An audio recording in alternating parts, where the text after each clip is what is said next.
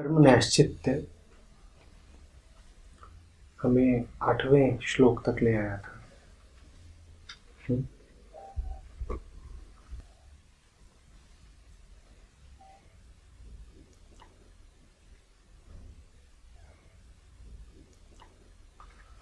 अर्जुन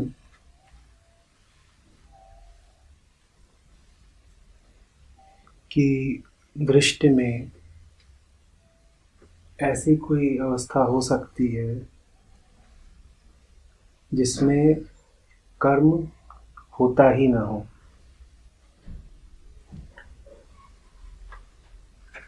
उसने आरंभ ही यहीं से किया था। वो कहता है, क्यों मुझे घोर कर्म में प्रवृत्त करते हो।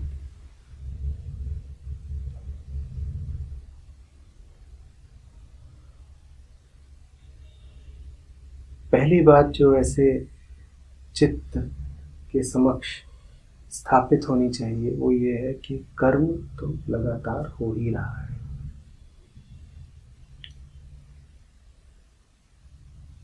कि जब तक तुम हो शरीर रूप में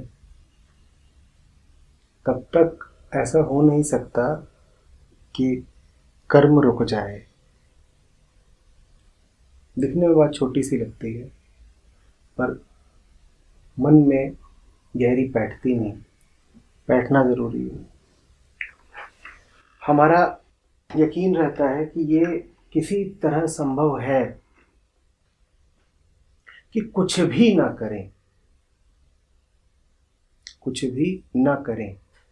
और जब हम कहते हैं कि कुछ भी ना करें तो उससे आशय हमारा यही होता है कि हाथों का चलना रोक दें, पाँवों की गति रोक दें, निश्चल हो जाएं। कृष्ण बार बार जोर देकर स्थापित कर रहे हैं कि वो नहीं हो पाएगा, वो नहीं हो पाएगा। ये तो हो सकता है कि तुम अपने आप को इतना जड़ कर लो कि तुम्हें तुम्हारे कर्मों का पता ना चले, पर कर्म तो होते ही रहेंगे। ये नहीं हो पाएगा कि कर्मों का होना रुक जाए। हाँ, तुम संज्ञाहीन हो सकते हो, तुम में जड़ता आ सकती है, तुम अपने आप को मूर्छा में डाल सकते हो, फिर नहीं जान पाओगे, लेकिन कर्म तो होते ही रहेंगे। दुनिया में कुछ भी ऐसा नहीं है जो चलायमान नहीं है। संसार का दिखना माने संसार का बदलना। जो बदलता ना हो वो दिख नहीं सकता, और जो कुछ दिख रहा है उसकी गति और नियति है बदलते रहना। पहले तो ये धारणा अर्जुन के मन से हटाई जा रही है कि तू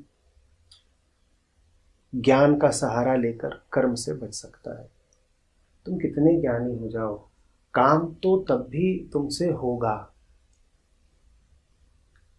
स्थूल ना हो तो सूक्ष्म होगा, कुछ ना कुछ कर तो रहे ही हो। तो यहाँ पर एक मत हो जाओ। यहाँ पर आकर के अपने चित्त को बैठा दो कि मैं कर तो रहा ही हूं। तब इस सवाल से मुक्त हो जाओगे कि करें कि ना करें, तो कर तो रहे हो। फिर सवाल दूसरा उठेगा, फिर सवाल उठेगा कर्म की गुणवत्ता का, फिर सवाल उठेगा कर्म के केंद्र का, फिर सवाल उठेगा कर्म की दिशा का। उस सवाल तक अब वो अर्जुन को लाते हैं। उस सवाल से हम मिलेंगे यज्ञ खंड में। अगले चंद श्लोकों को पढ़िए। श्लोक क्रमांक 9 से 16 तक यज्ञ से संबंधित है। यज्ञ क्या है इसे जानना होगा। एक बार यज्ञ की परिभाषा स्पष्ट हो गई, फिर इन सारे श्लोकों के अर्थ अपने आप खुल जाएंगे।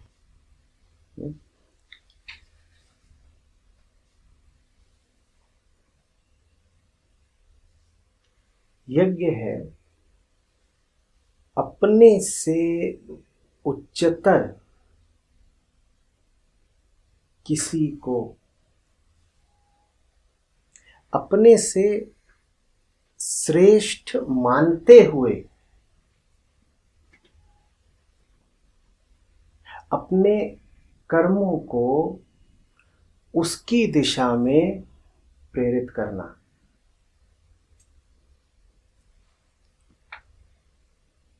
मैं जो कुछ कर रहा हूं तेरी खातिर कर रहा हूं, इसलिए नहीं कर रहा हूं कि इससे मुझे मेरी इच्छित वस्तु मिल जाएगी। मेरे कर्म का उद्देश्य मेरी मनोकामना की पूर्ति नहीं है। मेरे कर्म का उद्देश्य है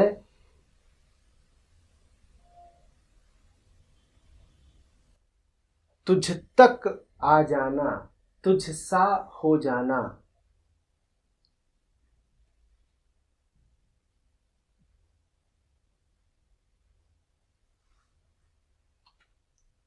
आमतौर पे हम जब कर्म करते हैं वो होता है अपने आप को आगे बढ़ाने के लिए, अपनी बेहतरी के लिए।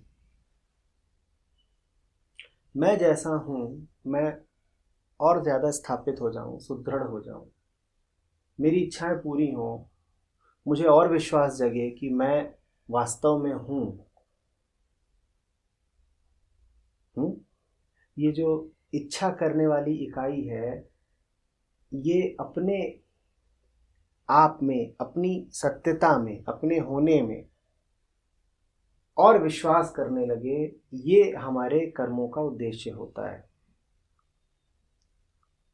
इसे सकाम कर्म कहते हैं कि मैं जो कर रहा हूं वो मैं इसलिए कर रहा हूं कि मेरी ही इच्छित वस्तु की प्राप्ति हो, मुझे लगे कि मैं हूं।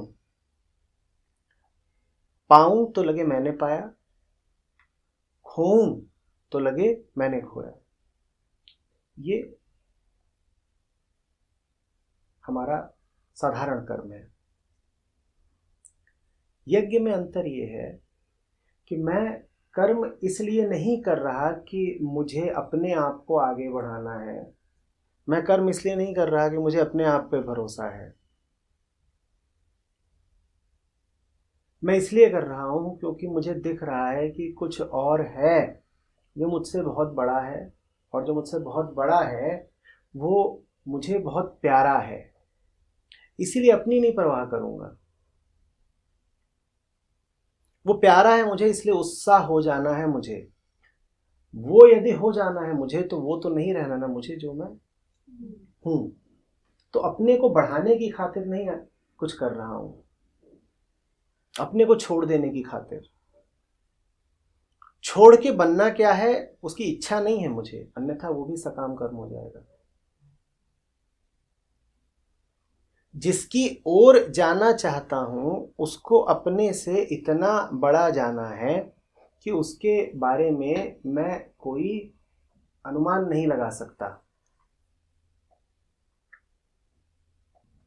मैं तो बस इतना कह सकता हूं कि वहां तक पहुंचने का सुख क्या होगा ये तो हमें नहीं पता। एक कदम चलने में ही बड़ा सुख है। पहुंचने का सुख और पहले कदम चलने का सुख मूलतः अलग अलग होते हैं।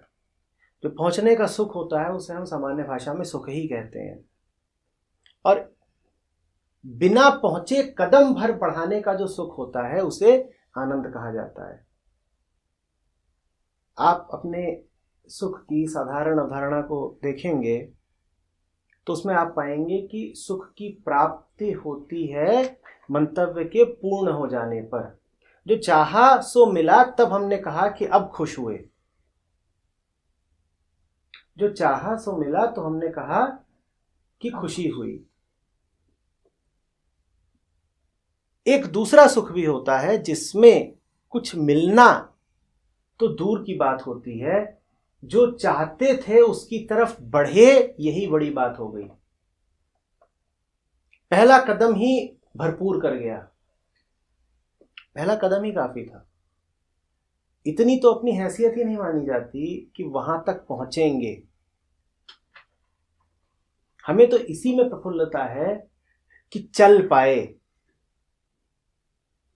इसे आनंद कहते हैं। यज्ञ शब्द जहां भी प्रयुक्त हो रहा हो उसको आप यही समझिएगा, निष्काम कर्म, पर्याय हैं एक दूसरे के। निष्काम कर्म ही यज्ञ है। देवता क्या हुए? जो ऊंचे से ऊंचा हो सकता है उसको तुमने अपनी सीमित समझ से जो रूप पहना दिया उसे देवता कहते हैं।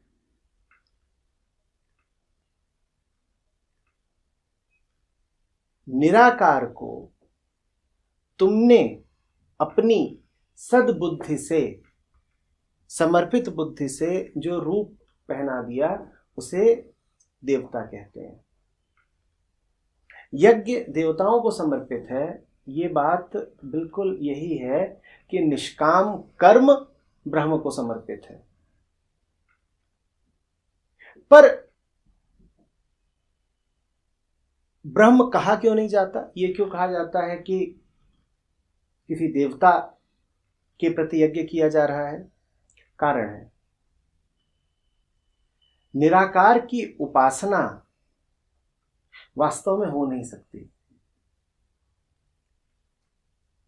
क्योंकि अगर निराकार की उपासना करोगे तो कहना पड़ेगा ना कोई उपासक भी है, और जो उपासक है वो उपासना कर रहा है, इसी सिद्ध होता है कि वो साकार है। निराकार जो है वो उपासना कैसे करेगा? उपासना खुद रूप और आकार मांगती है, ढंग मांगती है, क्रिया मांगती है, गति मांगती है। ये सब गुण तो साकार के साथ ही जोड़े जा सकते हैं। तो निराकार की साधना करने के लिए आकार को उपस्थित होना पड़ेगा, आकारी को। तो फिर तो तुमने निराकार को सीमित कह दिया ना, कि निराकार की कोई सीमा है और उसके बाहर कोई है जो साकार है, और जो साकार है वो उस निराकार की उपासना कर रहा है। इसीलिए जब भी पूजा की बात आएगी, उपासना की बात आएगी, तुम कितना भी चाह लो, तुम कितना भी दावे कर लो, लेकिन पूजा अर्चना उपासना इत्यादि तो होंगे सगुण के ही, होंगे रूप के ही। अरूप का, निर्गुण का, निराकार का पूजन संभव नहीं है। तो इसीलिए यज्ञ का मंतव्य कभी ब्रह्म नहीं होता, हमेशा देवता होते हैं। बात तर्कयुक्त है।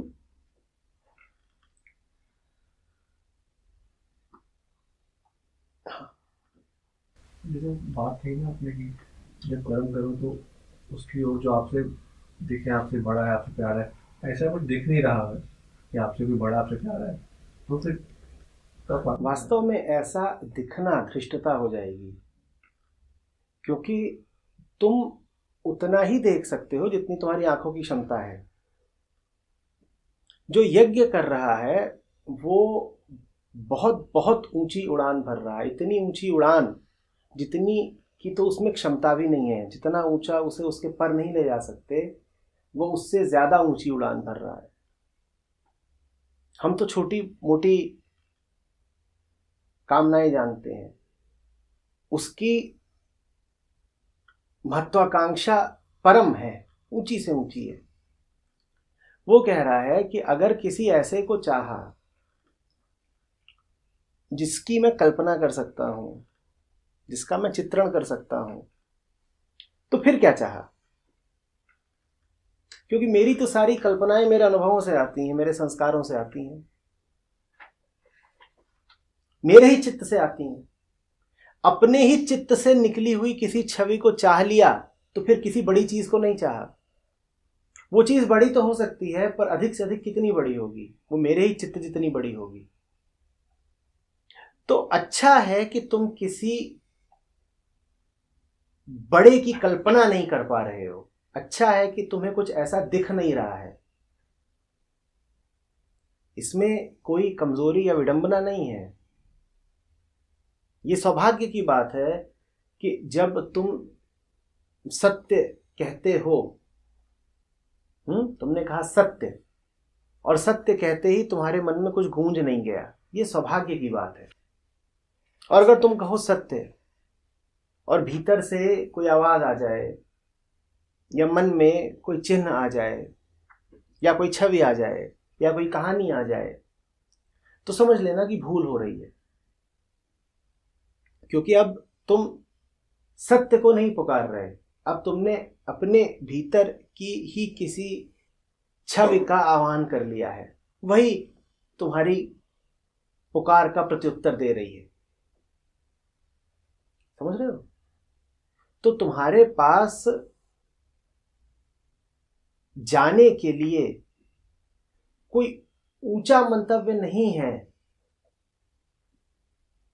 तुम्हारे पास पहुंचने के लिए कोई बहुत बड़ी मंजिल नहीं है, ये कोई दुर्भाग्य नहीं है। क्योंकि जिनके पास ऊंची मंजिलें होती भी हैं, वो ऊंची मंजिलों के रूप में बस अपनी निचाइयों तक ही पहुंच रहे होते हैं और कहीं नहीं। समझ रहे? लक्ष्य तुम्हारे निकलेंगे तो तुमसे ही ना, तुम ही तो निर्धारित कर रहे हो। तुम्हारी अपूर्णताएं, तुम्हारे अनुभव, इन्हीं से तो तुम्हारे आदर्श भी निकल रहे हैं ना। तो उनका पीछा करने से, उन्हें गंतव्य बनाने से फायदा क्या है?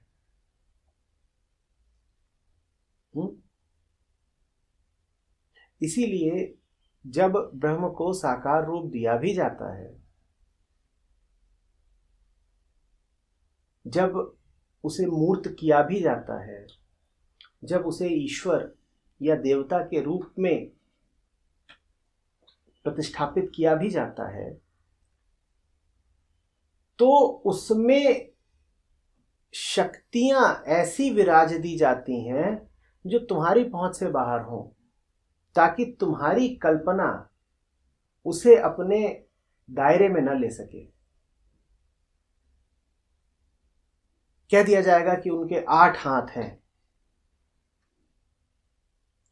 उसकी कई वजहें हैं, पर एक प्रमुख वजह यह भी है कि कह दिया गया कि 2 ही हाथ हैं तो तुम्हें अपने ही जैसे लगेंगे।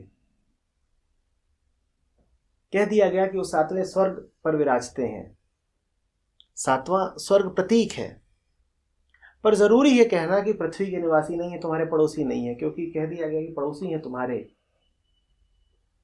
तो तुम उन्हें अपने ही तल पर गिरा लोगे।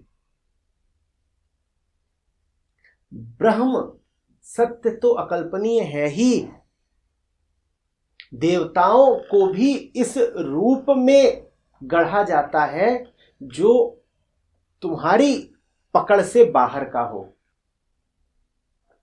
वो अमर होते हैं, उनकी कोई उम्र नहीं होती।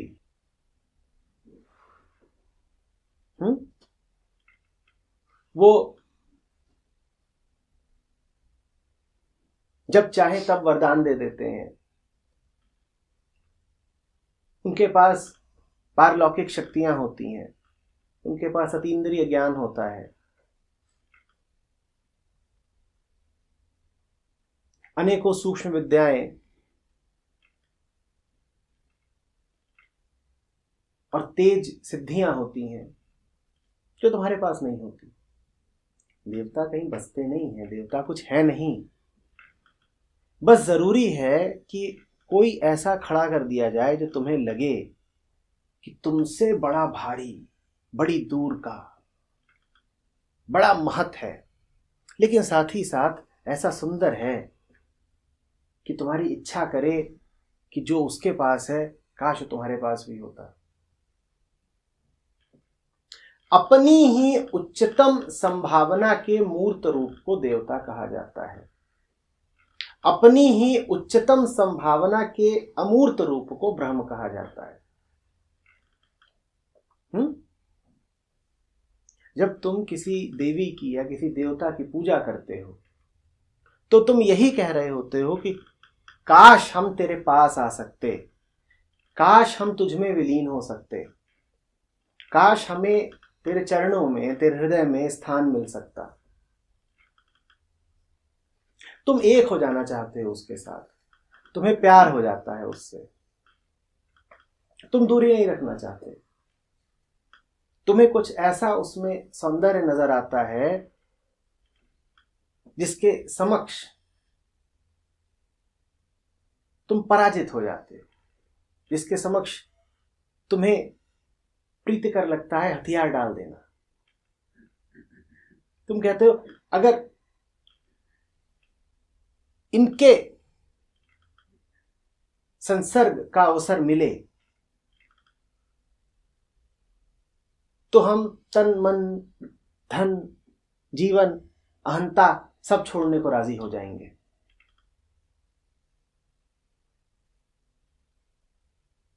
उन छवियों में चमत्कृत कर देने की क्षमता होती है, वो खींचती हैं। तुम सामने खड़े होते हो उनके, तुम्हें कहीं पार की आवाज आती है, तुम्हें उनको देख के ऐसा नहीं लगता कि ये तो सड़क पर चलते आम आदमी की छवि है। तुम्हें उन्हें देख करके ऐसा नहीं लगता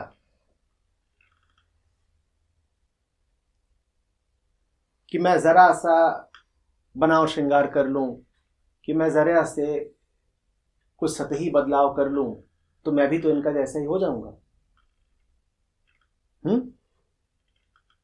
हाँ, होते हैं कुछ मूर्ख जिन्हें लगता है कि मोरपंख धारण कर लिया तो वो भी कृष्ण हो गए,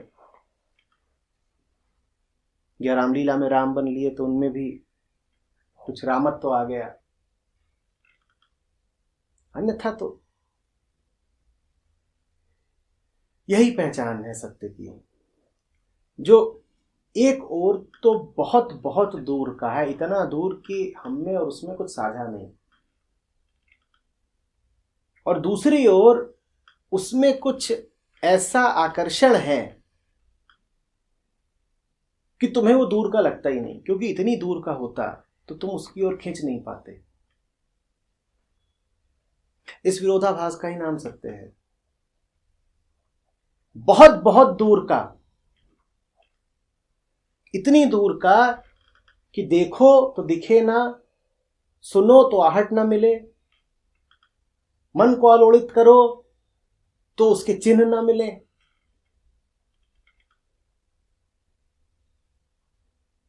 और दूसरी ओर ऐसा कि उसको देखो तो लगे मुझ में इसमें कुछ साझा है, हम दोनों की जाति एक है, अलग अलग से लगते नहीं। अभी बात बहुत अजीब है, आप कहेंगे जब उसे जानते नहीं तो उससे अपने आप को एक कैसे कह पाते हो? बस कह पाते हो, कोई तर्क नहीं है इसमें। तुम्हें जानते नहीं है लेकिन फिर भी तुम अपने लगते हो। तुम बहुत बहुत बड़े हो, हम बहुत छोटे, फिर भी तुमसे गले लग जाने का मन करता है। तुम हमारे लिए एक असंभावना हो तो इसलिए मिट जाने का मन करता है।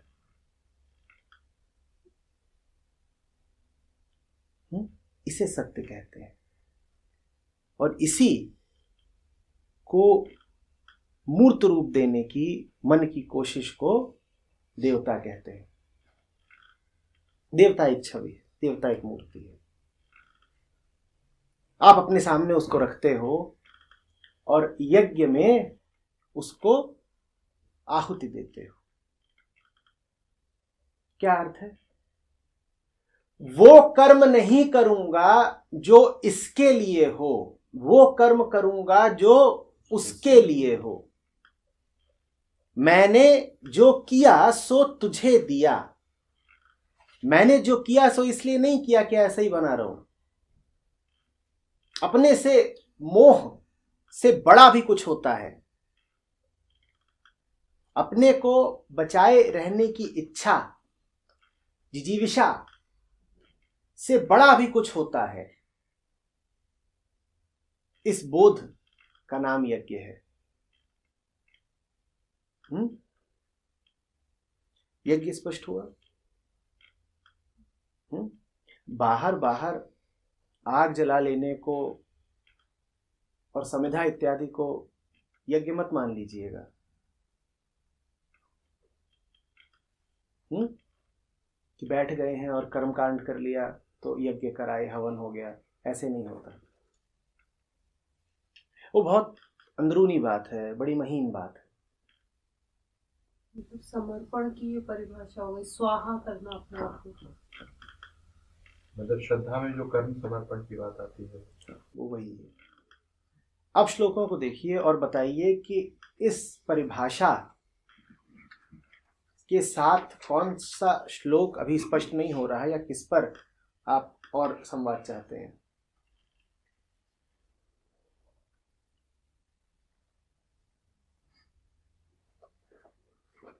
यज्ञ के भाव से किए जाने वाले कर्मों के अतिरिक्त संसार के सभी कर्म बंधन में डालने वाले हैं। इसीलिए हे कुंती पुत्र, तू अनासक्त होकर यज्ञ के निमित्त अपना कर्म कर।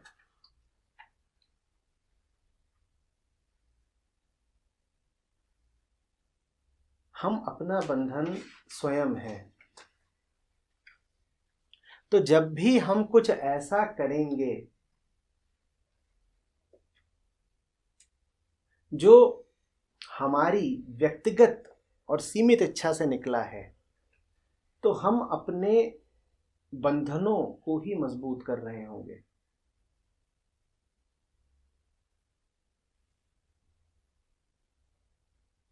भले ही उसमें हमारी व्यक्त मंशा ये हो कि हम अपने बंधनों को तोड़ने हेतु कर्म कर रहे हैं।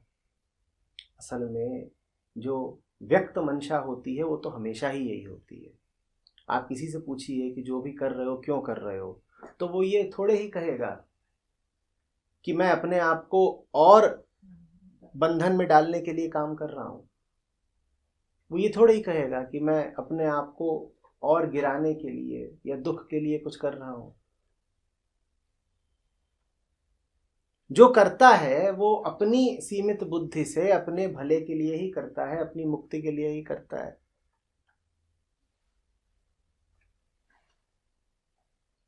तो इसीलिए आपकी मंशा का कोई महत्व नहीं है। हो सकता है आपने अपनी बुद्धि से खूब सोचा विचारा हो, खूब परखा हो अपने स्वार्थ को कि क्या करूं जिसमें मेरा भला हो, लेकिन फिर भी आप जो कर रहे हैं वो करके आप अपने आप को बंधन में ही डालेंगे, क्योंकि वो आपकी व्यक्तिगत मंशा थी।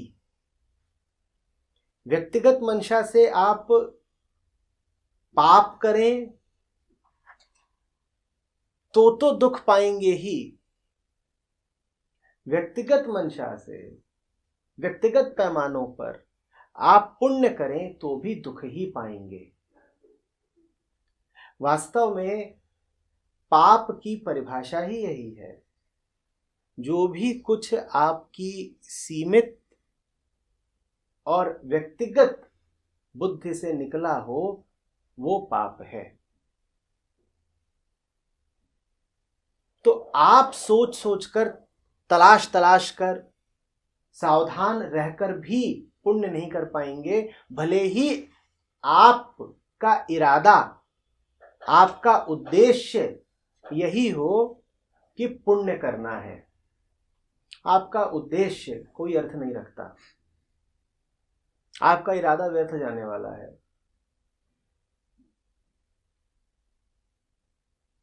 अंततः बस एक बात मायने रखती है, अपने लिए किया या होने दिया। अपने आप को बचाना था, अपने ढर्रों को कायम रखना था, अपने जीवन की कृत्रिम बुनियादों को बचाते हुए उन पर नया भवन खड़ा करना था, या आमूल चूल बदलाव करना था। दोनों में अंतर है।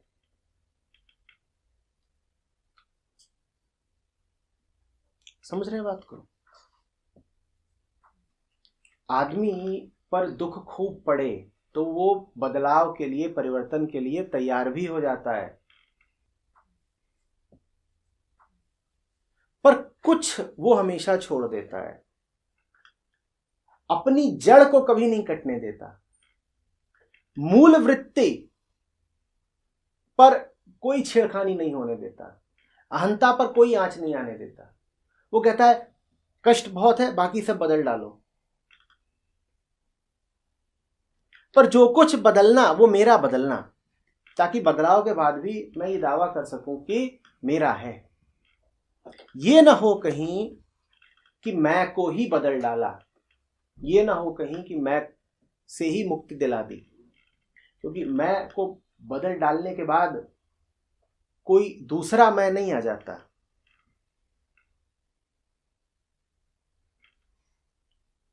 मैं तो एक ही होता है, मूल अहम वृत्ति, वो गई तो फिर गई।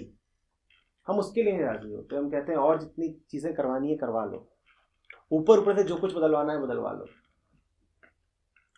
आप भी अगर ये जांचना चाहते हो कि आपके कर्म की गुणवत्ता क्या है, तो बस एक प्रश्न अपने आप से पूछ लीजिएगा, क्या है जो आप यज्ञ में कभी भी समर्पित नहीं करना चाहेंगे? क्या है जिसकी आहुति आप कभी भी नहीं देना चाहेंगे? क्या है जिसको आप कभी बदलने नहीं देना चाहते? क्या है जिसको आप कभी नहीं छोड़ सकते? उत्तर में जो भी मिले उसी को अपनी मूल वृत्ति का प्रतिबिंब जानिएगा। वही प्रतीक है आपके अहंकार की जड़ का। ये सवाल पूछ के देख लीजिए। यज्ञ इसीलिए सतही नहीं हो सकता, झूठा नहीं हो सकता, मात्र क्रिया नहीं हो सकता। यज्ञ में हाथ भर से ही नहीं देना होता, हाथ को ही दे देना होता है। यज्ञ की आग इसलिए नहीं होती कि वो आपके साजो सामान को और आपकी आहुति को जला दे, उसको चिता मानिए। वो इसलिए होती है कि वो सब कुछ जल जाए उसमें जो जल ही सकता है।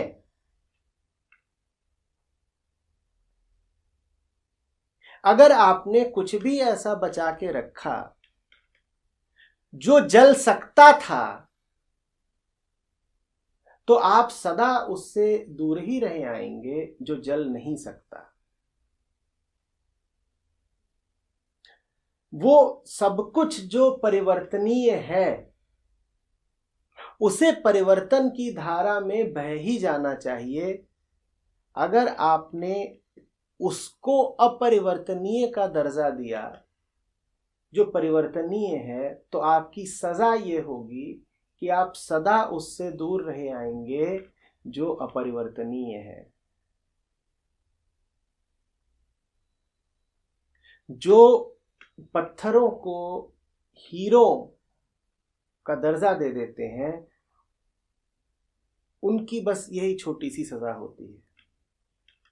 जब पत्थर ही हीरे हो लिए तुम्हारे लिए, तो उससे वंचित रहे आओगे जो वास्तव में हीरा है। इसीलिए न सिर्फ ये जरूरी है, इस बात को समझिएगा, न सिर्फ ये जरूरी है कि वो जो अकल्पनीय है उसकी कल्पना न की जाए, ये भी जरूरी है कि वो सब कुछ जो कल्पनीय है उसकी कल्पना की जाए। अन्यथा आपने उसको अकल्पनीय की कोटि में रख दिया। पहली बात तो अक्सर बोल दी जाती है, दूसरी बात कम बोली जाती है। दूसरी पर भी वो जोर देना बहुत जरूरी है। न सिर्फ ये जरूरी है कि उसके समक्ष नमन किया जाए, जो ऊंचे से ऊंचा, सुंदर से सुंदर,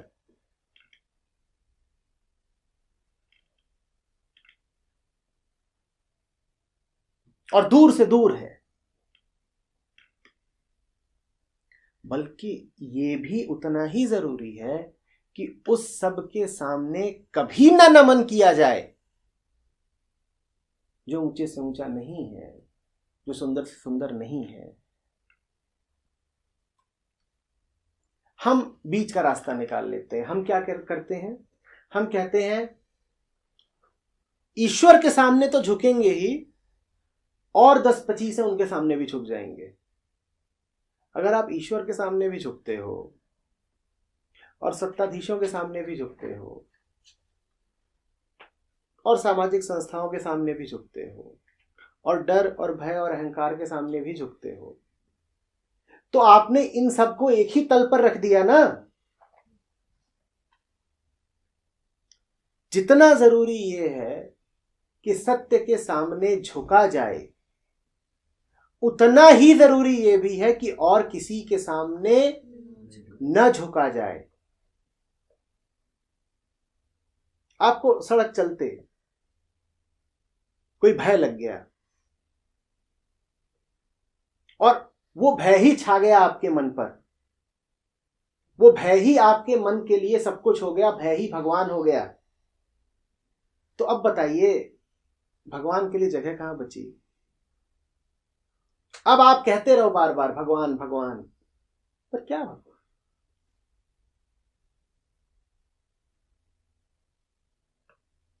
कल मैं पूछ रहा था रात में, मैंने कहा मैले को अगर देवालय में रखोगे तो मूर्ति को कहां रखोगे?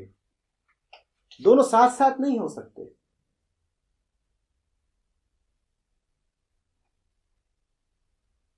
ये हम बहुत बड़ी भूल करते हैं। देखिए, ये तो हमारी हिम्मत हो नहीं पाती कि हम सत्य को नीचे गिरा लें। इसलिए नहीं कि हम सत्य के प्रति बड़े आदर से भरे हुए हैं या कि उससे हमारा विशेष प्रेम है, सिर्फ नैतिकता के कारण, सिर्फ संस्कारों के कारण यह हिम्मत तो हम नहीं कर पाते हैं कि सत्य को नीचे गिरा लें, तो हम उसके सामने हाथ जोड़ के खड़े रहते हैं।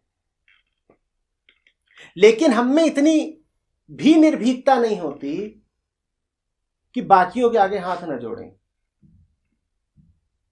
तो हम उनको भी उठा करके सत्य के सिंहासन पर पहुंचा देते हैं।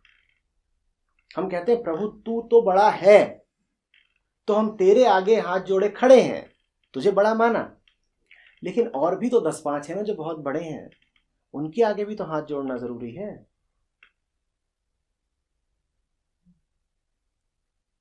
हम सोचते हैं कि हमने दोनों जहां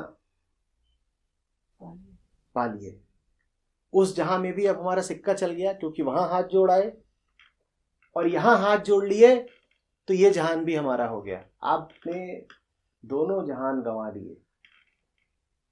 ऐसे नहीं चलता। ये बात समझौते की और संधि की और बराबरी की नहीं है।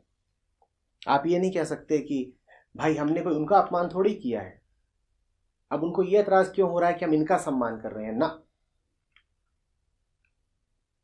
मिथ्या को सत्य का दर्जा देना सत्य का अपमान ही है, निश्चित अपमान है। तो इतना ही काफी नहीं है कि आप यहां बैठ करके कृष्ण को सुन रहे हैं, गीता के साथ हैं, इतने भर से नहीं होगा। यह भी बहुत जरूरी है कि आप जब यहां से जाएं तो आप अकृष्ण के साथ और अगीता के साथ न हो लें, नहीं तो आपने अपने साथ की कोई कीमत ही नहीं रखी। आपने कह दिया गीता कौन? हम जिसके साथ कभी हो लेते हैं, और बाहर निकलते ही आप किसके साथ हैं? आप अकीता के साथ हैं, आप मनोरंजक कहानियों के साथ हैं, आप दुनिया भर की भ्रष्ट चर्चाओं में उलझ गए हैं। आपने गीता को भी तो उन्हीं के तल पे गिरा दिया ना। गीता के साथ होने का मतलब होता है मात्र गीता के साथ होना, अब और किसी के साथ नहीं हो सकते। एक मालिक होता है। कबीर बार बार सती की बात करते हैं। सती का अर्थ ही है जिसका एक पति होता है, दूसरा नहीं। सती का गलत अर्थ ना ले लीजिएगा। कबीर की सती का अर्थ है वो मन जिसका एक मालिक है, वो सती। हमारे 10 मालिक हैं, उन 10 मालिकों में से एक मालिक हमने ब्रह्म को ही बना रखा है। ठीक है, इतना हमने छोड़ रखा है। हम इतने भी नास्तिक नहीं हुए, इतने भी बेगैरत नहीं हुए। तो ब्रह्म साहब के लिए तो एक जगह, एक कुर्सी आरक्षित है, पर 9 कुर्सियां और भी हैं। उनमें एक पर हमारे पति और पत्नी विराजमान है, एक पर पैसा विराजमान है, एक पर दुनिया का डर विराजमान है, एक पर तरक्की बैठी हुई है, एक पर ज्ञान की भूख है, एक पर सत्ता की भूख है, एक पर शरीर का लोभ है। और इन सब को हमने एक ही पांत में बैठा दिया है। ब्रह्म बैठेगा इस पांत में? कहिए, जवाब दीजिए।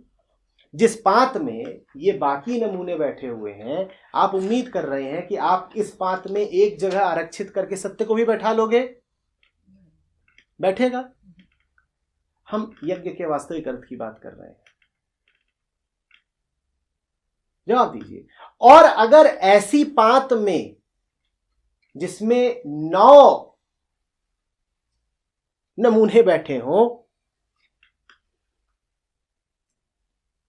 ब्रह्म नहीं बैठता, तो मुझे यह भी बताइएगा कि क्या घरों के पूजा घर में भगवान बैठता होगा? 9 कुर्सियों पर अपात्र बैठे हुए हैं, तो 10वीं कुर्सी पर ब्रह्म नहीं हो सकता। 5 कमरों में माया व्याप्त है, तो 6ठे कमरे में पूजा घर हो सकता है? उस पूजा घर में भगवान आएगा? उत्तर दे दीजिए। अगर 5 कमरों में माया का खेल चल रहा है, तो 6ठे कमरे में पूजा घर बनाने से क्या होना है? उस पूजा घर में भगवान नहीं विराजेंगे, नहीं उतरेंगे। सुनने में बात थोड़ी कड़वी लगेगी, पर उस पूजा घर की कीमत संडास से ऊपर की नहीं है। घर के बाकी सारे कमरों में जो सड़न और दुर्गंध व्याप्त है, वही फिर उस पूजा घर में भी रहेगी। पर हमारी कोशिश पूरी यही रहती है ना कि किसी तरीके से ये विभाजन कर लें, और किसी तरीके से विभाजन सफल कर लें। बाकी शेष जीवन में जो चलता हो सो चलता हो, एक कोना ईश्वर के नाम कर दें। जिंदगी के चंद घंटे, दिनचर्या के चंद लम्हे सत्य के नाम कर दें। कोशिश हमारी पूरी यही रहती है। अन्यथा ब्रह्म के लिए एक कुर्सी आरक्षित करने का और घरों में ईश्वर के लिए एक छोटा सा क्षेत्र आरक्षित करने का कोई औचित्य नहीं होता। पूरा घर ही पूजा घर होना चाहिए था ना, कि नहीं होना चाहिए था? पूजा घर बना के आपने ईश्वर को कोई सम्मान इत्यादि नहीं दिया है, आपने ईश्वर को सीमाएं दी हैं। पूजा घर बना के आपने ईश्वर को सम्मान नहीं, सीमा दी है। आप कह रहे हो अब ये 4 दीवारी है तुम्हारी, इससे बाहर मत आ जाना। और दिन का कुछ समय तय है तुम्हारे लिए, हम आ जाएंगे तुम्हारे पास। I call you back. जब आप चाहते हो कोई आपको बहुत परेशान ना करे, तो आप कहते हो तुम मुझे परेशान ना करना, मैं तुम्हारे पास आऊंगा, आई कॉल यू बैक। आप ये थोड़ी कहते हो ईश्वर तू जब पुकारेगा तभी तेरे पास आ जाएंगे। आप कहते हैं मुझे अपने काम धंधे से जब फुर्सत मिलेगी तो मैं आ जाऊंगा तेरे पास बातचीत करने के लिए। तो अभी सुबह नहा वहा के निकले हैं तो जा करके थोड़ा धूप बत्ती कर दी, फिर रात में सोने से पहले या संध्या, या फिर जब बड़ा दुख टूट पड़ा, या फिर जब कुछ सुख की घटना हो गई, तब हम तय करते हैं कि अब हमें जाना चाहिए। हम उसे बेचारे को अनुमति भी कहाँ देते हैं कि तू बुला। यज्ञ कहाँ है? यज्ञ कहाँ है? मैंने बात यहां से शुरू करी थी कि हम अपनी जड़ पर चोट नहीं पड़ने देते। वो भी बात बहुत आगे की है। हम में से अधिकांश लोग तो अपने तने पर और अपनी टहनियों पर भी चोट नहीं पड़ने देते।